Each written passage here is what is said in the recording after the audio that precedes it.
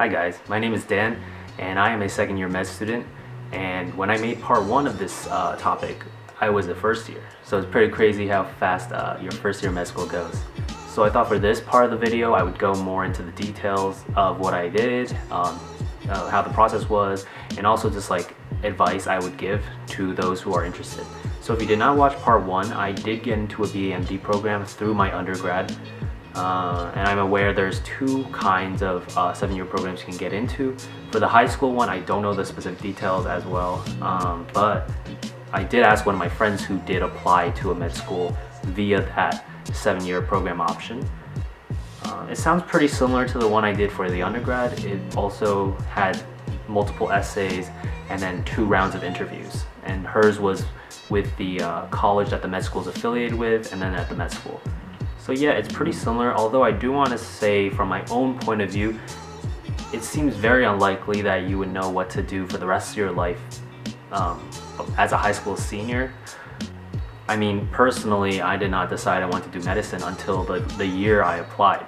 So my friend that I mentioned who did the program out of high school actually got in and then declined the offer because she had similar opinions to the ones I'm sharing now. So that's enough about the high school part. I'm going to go into my own experience. So first and foremost was of course the application process, which is not that dissimilar from what you do from college. It includes your transcript and the essays that are of course variable depending on which school you're applying to. The letters of rec and either like a CV or a resume. So all of those things are either straightforward or just very dependent on what school you're applying to.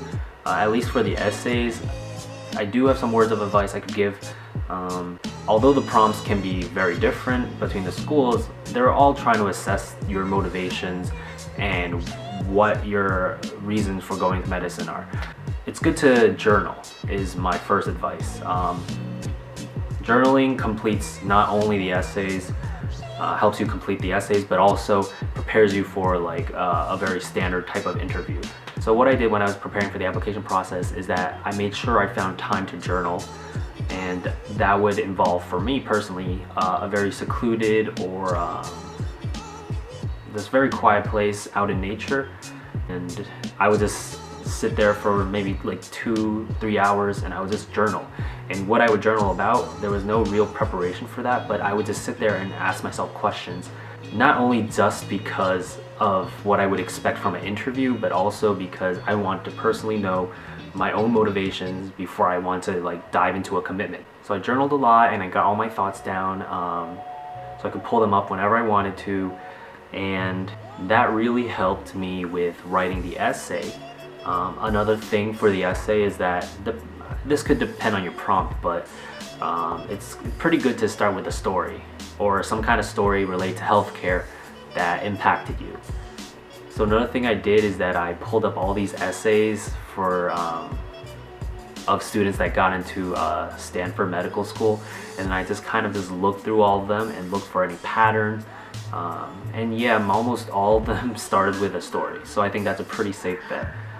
So then again, while you're journaling, try to think of those significant experiences with healthcare that you could write about that would influence you to be going to this direction. As for the resume, just like extracurriculars I didn't do all that much. Personally, I feel like all I really did was just work in like a doctor's office, and I really didn't do much research. But I had to submit a CV, so you just talk about everything you've done in recent memory, anything significant you want to talk about. I think all of those are secondary to your grades, so I wouldn't worry too much, honestly, about all the extracurriculars. Like, make sure your grades are set, make sure you got enough time to focus on your schoolwork, and then ace those classes. That's probably the most important thing you're going to be able to do. My school also had like a preliminary interview, which was by the college that my med school is affiliated with. So that was a very standard interview, just a one-on-one talking to each other, and he would ask me questions, and that's where the journaling unexpectedly kicked in really well. So I was surprised that almost every single question he had asked me, I had already asked myself prior and written detailed responses to. So nothing really caught me off guard, and everything went really smooth. One notable thing I did at the end, when he said, "Do you have any questions to ask me?" I asked, well, how did my interview go? And I don't know if that had any effect at all, and I think asking that shows you have some humility or like thirst for improvement. So I don't think that hurts your chances in any way. So I passed the first round. So next on the plate was the interviews at the med school. So a lot of med schools throughout the country have adopted this format called the MMIs, which are multi-mini interviews. So unlike your standard one-on-one interviews, these are many small interviews with a scenario. On my day, I had I think 8 scenarios, and for each you get only exactly 6 minutes. At 6 minutes, a bell's gonna ring, and you have to end it there. And then each station has a completely different scenario, and it's just assessing what you would do in a sticky situation. A situation it's not very clear exactly what you should do, but they're assessing your personality through your responses. But it's also assessing what you would do under pressure, because scenario aside, you are under a time crunch. Someone's just staring at you, taking down notes. It's not the most pleasant experience. So at sometimes you just gotta keep talking, even though you don't really know what to say, because once you see a scenario, you only get to look at a scenario for maybe 10 seconds or so before you enter the room and just have to talk for 6 minutes straight. This is very simplified and not entirely accurate to what you would see on the day, but if you're on a plane and there's this baby crying and it's annoying everyone, and mom's really trying hard to calm it down, what would you do in this situation, or something like that. 6 minutes may be a time limit, but of course there were many occasions during the day that I did not hit the 6 minute mark. But of course the timing is something you definitely should be practicing. I don't know if it's 6 minutes for every school, but I would record myself talking to a webcam. But yeah, it is an intimidating process. I was definitely really nervous, but sometimes you just gotta do what you gotta do, and you just suck it up. And even though you're nervous, you just keep trying to talk your way out of the situation. I think sometimes the proctors also, this is what I suspect, but I actually think some of the proctors are being told how they should act, or by their own will they're doing it. But sometimes you get a proctor that just has this very unhappy face, very stern face, just staring at you while you're trying to talk. There was definitely one occasion of that, but at the very end she totally changed her expression and smiled. So I think parts of that are totally dependent on the person you're getting interviewed by. But just again, this is a whole process just to assess your ability to work under pressure. So it's key to just work those things out of your system. And the webcam is definitely a good recommendation that I have for practicing that, because you get both the time management and your ability to convey what you want to say.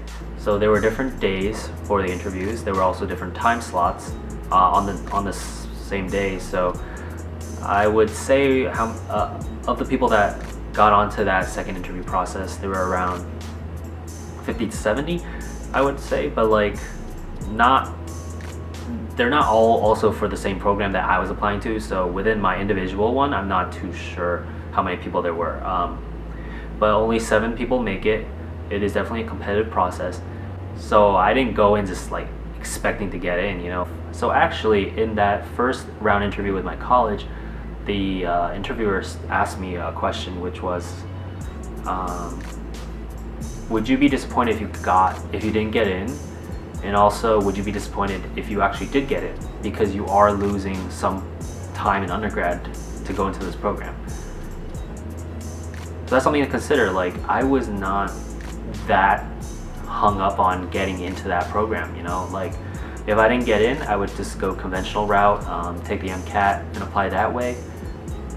But I'm really glad I got in too, and there's a lot of perks that I mentioned in the first part. So again, I think if you think like that, then it also takes some of the nerves off and helps you with the interview process. I definitely recommend working in a doctor's office if you do have the chance to. just because besides the added income, it's also good exposure to the healthcare field, more so than you would get doing research. I was not a fan of research, and I didn't really do. I did it just a little bit when I applied, and I was in a lab while I applied, which I didn't really write on my, which was after I even applied, so I promptly quit that lab. But yeah, maybe I'm missing something else. If you have any other questions, please let me know, and thank you all for watching.